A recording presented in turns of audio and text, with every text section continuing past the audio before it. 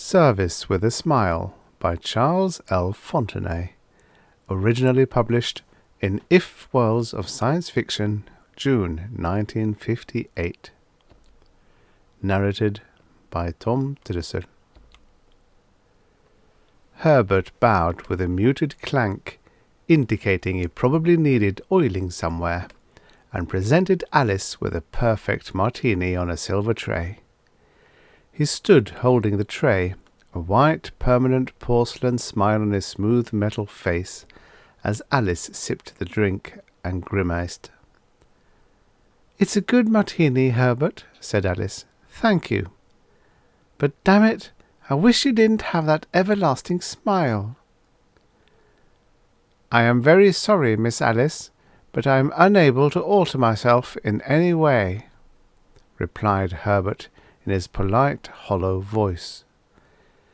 He retired to a corner and stood impassively, still holding the tray.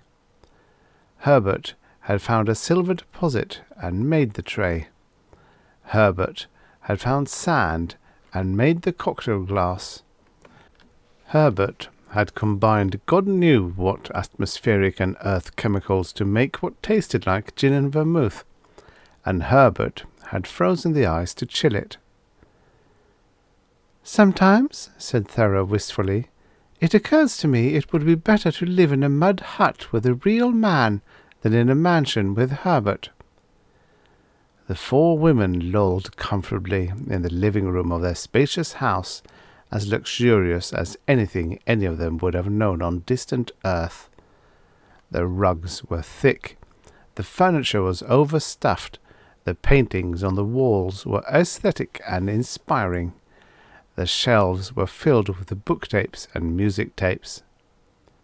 Herbert had done it all, except the book tapes and music tapes, which had been salvaged from the wrecked spaceship. "Do you suppose we'll ever escape from this best of all possible manless worlds?" asked Betsy, fluffing her thick black hair with her fingers and inspecting herself in a Herbert-made mirror. "I don't see how," answered blonde Alice glumly. "That atmospheric trap would wreck any other ship just as it wrecked ours, and the same magnetic layer prevents any radio message from getting out. No, I'm afraid we're a colony." "A colony perpetuates itself," reminded sharp-faced Marguerite acidly. "We aren't a colony without men." They were not the prettiest four women in the universe, nor the youngest. The prettiest women and the youngest did not go to space. But they were young enough and healthy enough, or they could not have gone to space. It had been a year and a half now, an Earth year and a half, on a nice little planet revolving around a nice little yellow sun. Herbert, the robot, was obedient and versatile, and had provided them with a house, food, clothing, anything they wished created out of the raw elements of earth and air and water. But the bones of all the men who had been a space with these four ladies lay mouldering in the wreckage of their spaceship. And Herbert could not create a man. Herbert did not have to have direct orders, and he had tried once to create a man when he had overheard them wishing for one. They had buried the corpse, perfect in every detail, except that it never had been alive. "It's been a hot day," said Alice, fanning her brow. "I wish it would rain." Silently, Herbert moved from his corner and went out the door. Marguerite gestured after him with a bitter little laugh. "It'll rain this afternoon," she said. "I don't know how Herbert does it. Maybe with silver iodide. But it'll rain.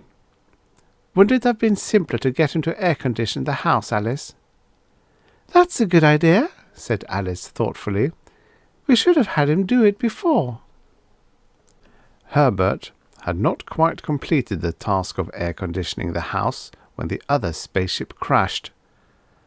They all rushed out to the smoking site, the four women, and Herbert. It was a tiny scout ship, and its single occupant was alive. He was unconscious, but he was alive, and he was a man. They carted him back to the house tenderly and put him to bed. They hovered over him like 4 hens over a single chick, waiting and watching for him to come out of his coma, while Herbert scurried about creating and administering the necessary medicines. "He'll live," said Thera happily. Thera had been a space nurse. "He'll be on his feet and walking around in a few weeks." "A man," murmured Betsy, with something like awe in her voice. "I could almost believe Herbert brought him here in answer to our prayers." "Now, girls," said Alice, "we have to realize that a man brings problems as well as possibilities." There was a matter-of-fact hardness to her tone which almost masked the quiver behind it. There was a defiant note of competition there which had not been heard on this little planet before. "What do you mean?" asked Thera. "I know what she means," said Marguerite, and the new hardness came natural to her. "She means, which one of us gets him?" Betsy, the youngest, gasped, and her mouth rounded to a startled O. Thera blinked as though she were coming out of a daze. "That's right," said Alice. "Do we draw straws, or do we let him choose?" "Couldn't we wait?" suggested Betsy timidly. "Couldn't we wait until he gets well?" Herbert came in with a new thermometer and poked it into the unconscious man's mouth. He stood by the bed, waiting patiently. "No, I don't think we can," said Alice. "I think we ought to have it all worked out and agreed on, so there won't be any dispute about it." "I say draw straws," said Marguerite. Marguerite's face was thin, and she had a skinny figure. Betsy, the youngest, opened her mouth, but Thera forestalled her. "We are not on Earth," she said firmly, in a soft, mellow voice. "We don't have to follow terrestrial customs, and we shouldn't.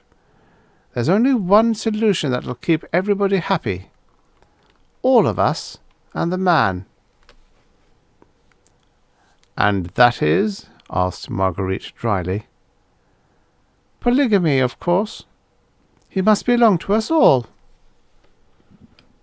Betsy shuddered, but, surprisingly, she nodded.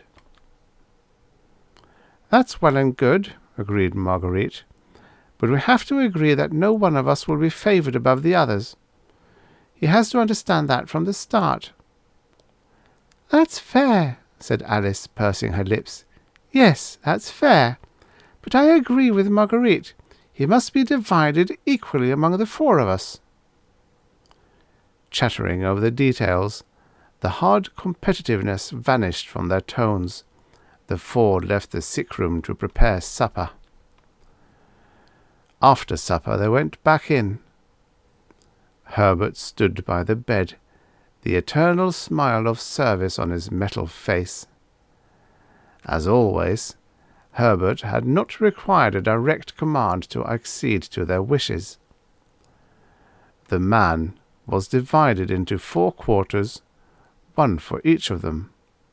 It was a very neat surgical job.